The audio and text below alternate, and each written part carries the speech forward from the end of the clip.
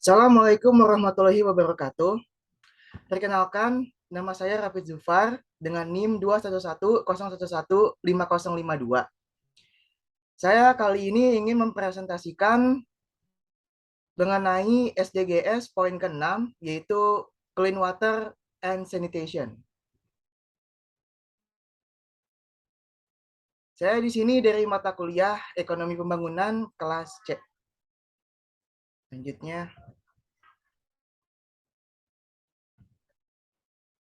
pertama itu ada pengertian dari Sustainable Development Goals atau yang bisa disingkat SDGs.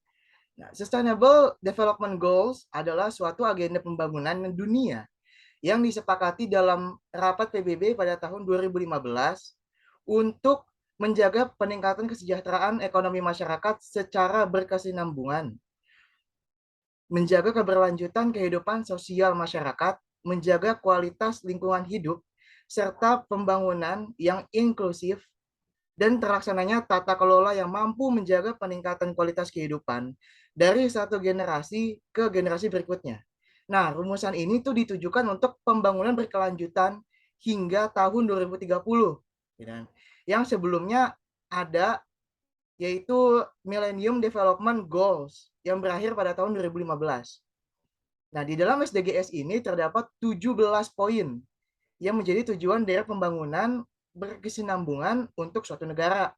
Nah, diantaranya adalah ketersediaan air dan sanitasi yang layak bagi masyarakat. Nah, poin ini penting dalam pembangunan suatu negara karena akan berdampak positif dalam pertumbuhan negara. Berikutnya, kita akan membahas mengenai pengertian dari clean water dan sanitation ini, yaitu poin ke-6 dari SDGs. Poin ini berfokus pada ketersediaan pangan, air bersih, dan energi yang merupakan kebutuhan dasar manusia. Nah, target tersebut membuat negara-negara di dunia mencapai tujuan, yaitu memberikan universal akses terhadap air bersih atau minum dan sanitasi yang diharapkan dapat dicapai pada tahun 2030. Ya, ketersediaan air bersih ini merupakan kebutuhan yang sangat penting dalam kehidupan masyarakat. Air bersih memiliki kegunaan seperti mandi, memasak, mencuci, ya, dan bahkan pembangkit listrik. Nah, kualitas air harus diperhatikan apalagi untuk mandi dan memasak, di mana air tersebut akan dikonsumsi. Nah, air yang bersih harus memenuhi kriteria, yaitu tampilannya jernih, tidak berwarna, tidak berbau, dan rasanya tawar. Sementara untuk sanitasi yang merupakan tindakan yang disengaja untuk membina hidup bersih dan dirancang agar manusia tidak terpapar secara langsung dengan kotoran dan limbah lainnya yang akan meningkatkan kualitas kesehatan. Nah, sanitasi ini akan menjadi pemeliharaan terhadap lingkungan yang memungkinkan adanya rantai penyakit. Nah, menurut WHO, sanitasi merupakan upaya pemantauan beberapa faktor lingkungan fisik yang mempengaruhi manusia, terutama yang mempengaruhi perkembangan fisik, kesehatan, dan kelangsungan hidup. Hal ini dapat mencegah munculnya penyakit akibat dari pencemaran lingkungan yang akan menyerang masyarakat. Dengan adanya ketersediaan air bersih dan sanitasi membuat masyarakat terbiasa dengan kehidupan sehat dan higienis beriringan dengan tingkat kesehatan yang meningkat.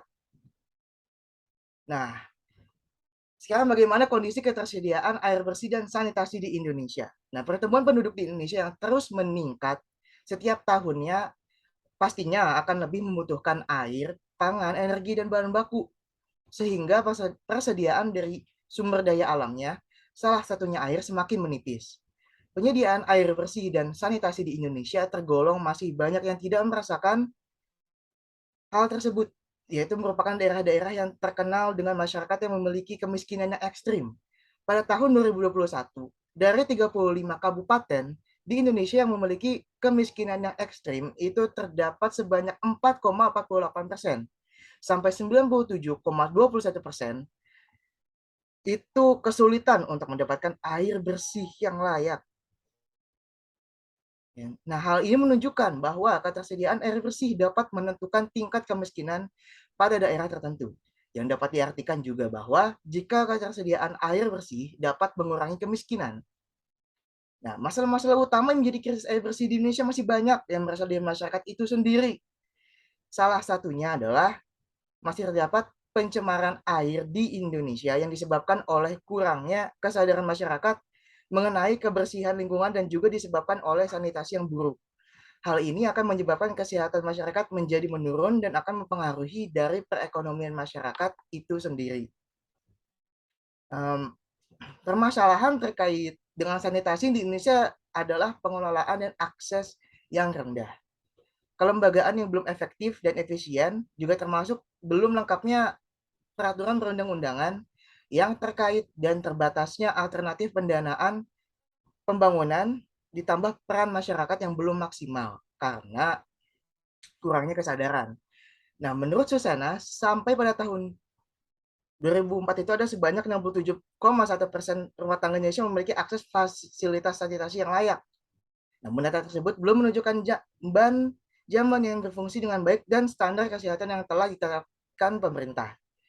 Nah, di sini di PPT juga terdapat data, yaitu di perkotaan, rumah tangga bersanitasi layak sebanyak 80,67% dan di pedesaan sebanyak 53,43% itu memiliki sanitasi yang layak dan sisanya tidak memiliki sanitasi yang layak. Hal itu menunjukkan bahwa angkanya itu masih cukup tinggi. Nah, minimnya kepedulian pemerintah membuat persoalan ini menjadi suatu hal yang sulit untuk diatasi. Pengelolaan, pemeliharaan, dan alokasi dari anggaran pemerintah menjadi penyebab dari persoalan ini juga. Di mana jika kesehatan menurun dan lingkungan mulai rusak, maka biaya yang dikeluarkan untuk hal tersebut akan lebih besar lagi dan membuat dampaknya akan menjadi lebih besar lagi. Seperti ini, masalah-masalahnya seperti yang sudah saya sampaikan, terdapat pencemaran air yang disebabkan oleh kurangnya kesadaran masyarakat mengenai kebersihan lingkungan dan juga disebabkan oleh sanitasi yang buruk. Dan yang dapat menyebabkan kesehatan masyarakat menjadi menurun dan mempengaruhi dari perekonomian masyarakat itu sendiri. Oke, lanjut. Nah, kita lanjut ke upayanya.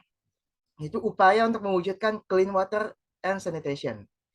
Nah, seperti yang dibahas tadi, bahwa ketersediaan air bersih dan sanitasi sangat diperlukan bagi kehidupan manusia.